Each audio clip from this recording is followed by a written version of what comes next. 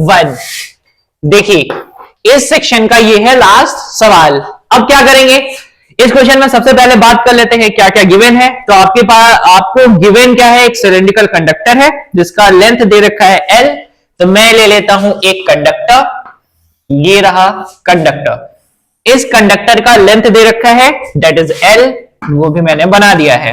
अब आगे बात करते हैं, इसका क्रॉस सेक्शन दे रखा है that is A। Cross section दे रखा है connected to a DC source, यानी किसी भी सेल और बैटरी से कनेक्टेड है।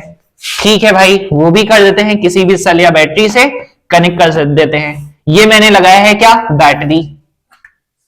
ठीक, आगे क्या है, under the influence of electric field setup due to the source. इस सोर्स की वजह से इलेक्ट्रिक फील्ड सेटअप हो रहा है इनके अक्रॉस। तो इलेक्ट्रॉन क्या होंगे, ड्रिफ्ट करेंगे। इलेक्ट्रॉन क्या करेंगे, ड्रिफ्ट करेंगे। तो इलेक्ट्रॉन ड्रिफ्ट करेंगे ना, देखिए जरा, the free electron begins to drift in opposite direction of electric field। किसके अपोजिट ड्रिफ्ट होंगे, opposite to the direction of electric field. अब देखो बच्चों, अगर ये मैंने कोई भी सोर्स लगाया है, दिस इज कंडक्टर, और कंडक्टर के पास होते हैं फ्री इलेक्ट्रॉन। इलेक्ट्रॉन फ्री है मूव करने के लिए, इलेक्ट्रॉन क्या है, फ्री है मूव करने के लिए। आपको जानकारी वाली बातें बताते हैं। इस कंडक्टर में जो इलेक्ट्रॉन है एक्चुअली में उनकी स्पीड होती है बहुत ज्यादा। ठीक है, कितना होता है, अप्रोक्सीमेटली 10⁻³ मीटर पर सेकेंड की रेंज, इतनी ज्यादा स्पीड होती है। ठीक, मूव करते रहते हैं इधर उधर मूव करेंगे, तो इनका जो नेट वेलोसिटी, इनका होगा नेट वेलोसिटी, वो होता है 0। नेट वेलोसिटी क्या होगा, 0। अरे भाई कहीं भी घूम रहे हैं तो नेट रिजल्टेंट होगा 0, एक डायरेक्शन में स्पेसिफिक घूम ही नहीं रहे। चलिए आगे चलते हैं। अब होगा क्या, जैसे इनके अक्रॉस ना किसी भी इलेक्ट्रिक फील्ड का सेटअप यानी सोर्स लगाया, ये हो गया पॉजिटिव और ये हो गया निगेटिव। तो इलेक्ट्रॉन को जबरदस्ती, इलेक्ट्रॉन के पास कैसा चार्ज होता है, निगेटिव।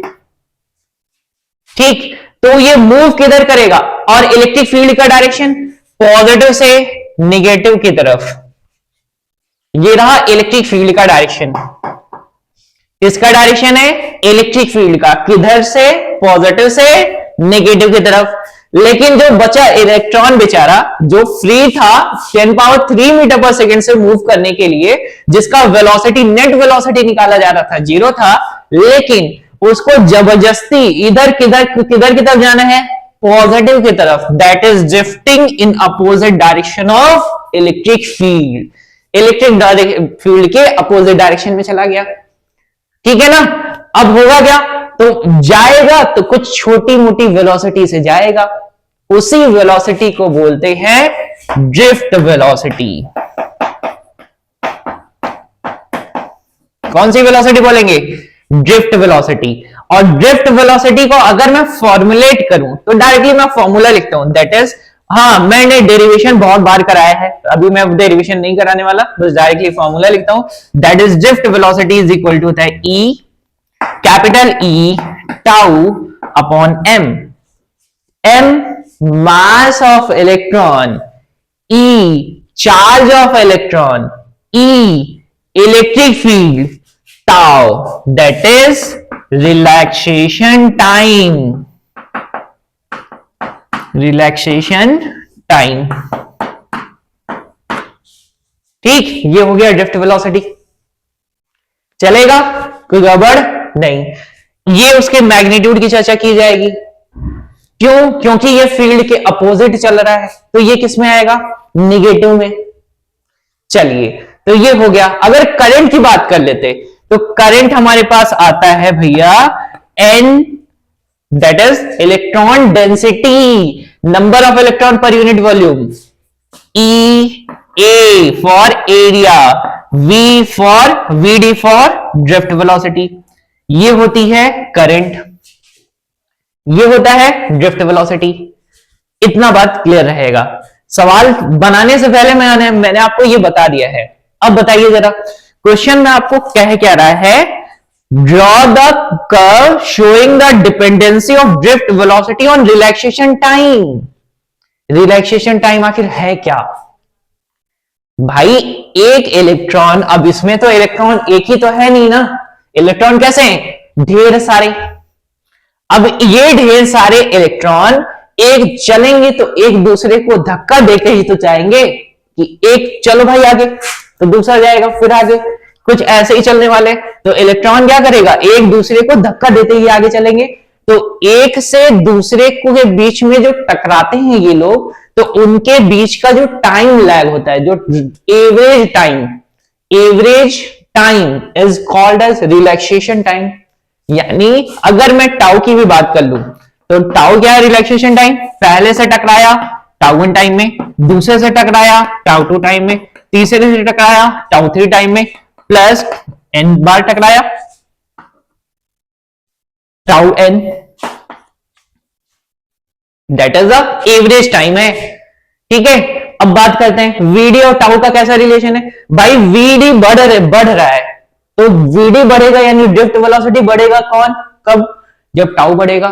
तो दोनों के बीच में ग्राफ कैसे ड्रॉ करेंगे? अभी तो ये तो बच्चों वाला खेल हो गया, बस सिंपल सा ये बनाते हैं दैट इज वीडी, ये बनाते हैं टाउ, चलेंगे आगे।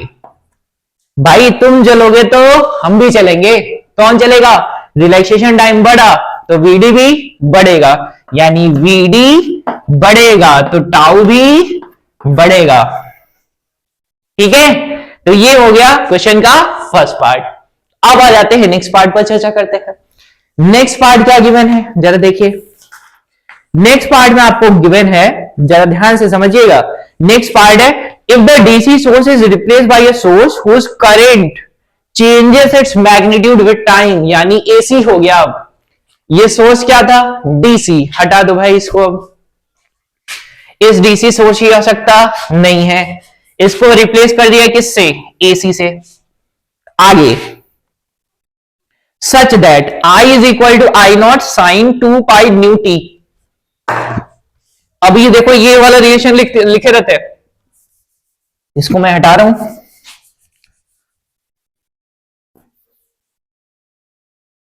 देखो आई इज इक्वल टू गिवन है, ये सोर्स जो है, ये सोर्स मैं यहीं पे लिख देता हूं वहां के बजाय। I is equal to I not that is amplitude, आगे साइन 2 पाई न्यू, और ये रहा टी। एक्चुअली में दिस इज ओमेगा टी, तो मैं डायरेक्टली लिख देता हूं कि भाई ये तो ओमेगा टी ही है, I not sine omega T, sinusoidal wave AC. चलिए अच्छी बात है। Where nu is the frequency of variation of current, then determine the average drift velocity of free electron over 1 complete cycle. बच्चों over complete cycle, एक cycle में current चल रही है साइनोसाइडल, ऊपर का फेज नीचे का फेज मिलकर एवरेज करंट ऑफ साइकिल 0।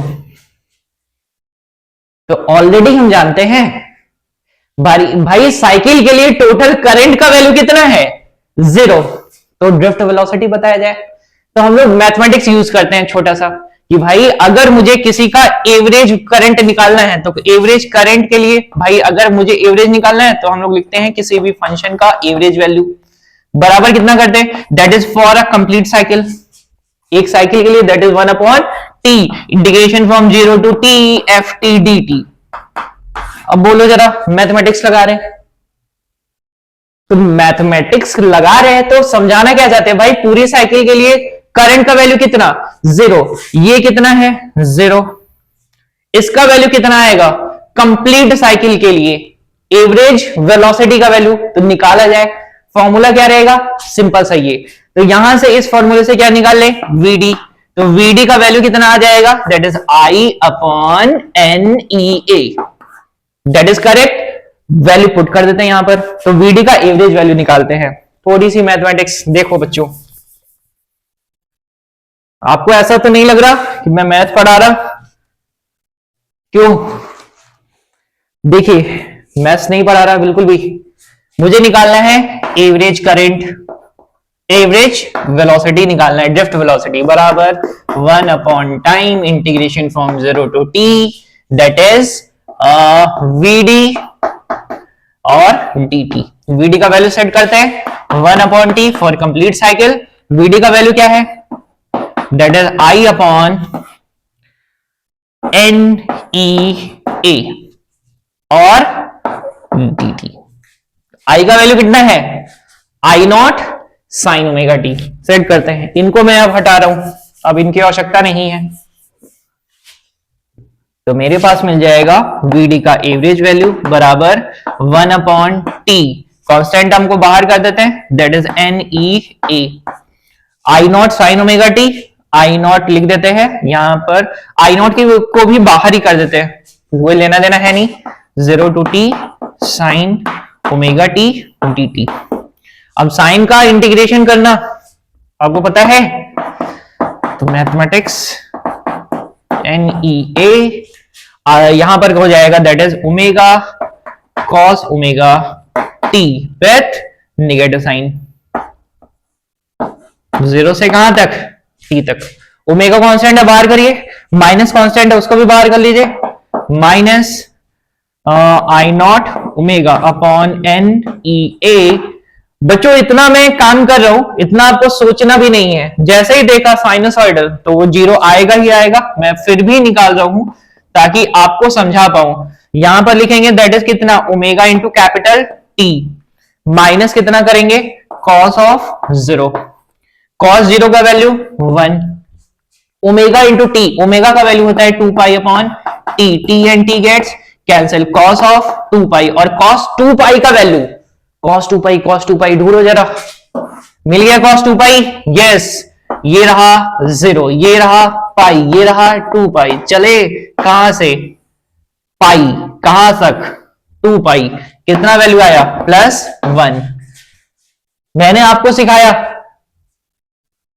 +1, यहां से कितना 1 - 1 बचेगा कितना 0, total value is 0, average velocity, average drift velocity is 0, तो answer is 0, average drift velocity is 0। ठीक है, समझ में आ गई बात। तो ये था छोटा सा एक्सप्लेनेशन। ठीक, तो मैं उम्मीद करता हूं बच्चों कि आपको सेक्शन बी बहुत अच्छे तरीके से समझ में आया है। हाँ, मैंने थोड़ा टाइम ज्यादा लिया है, अगर मुझे सॉल्व करना होगा तो हम लोग बहुत जल्दी जल्दी सॉल्व करेंगे, लेकिन आपको समझाते हुए मुझे सॉल्व करना था, दैट्स इट। ठीक है।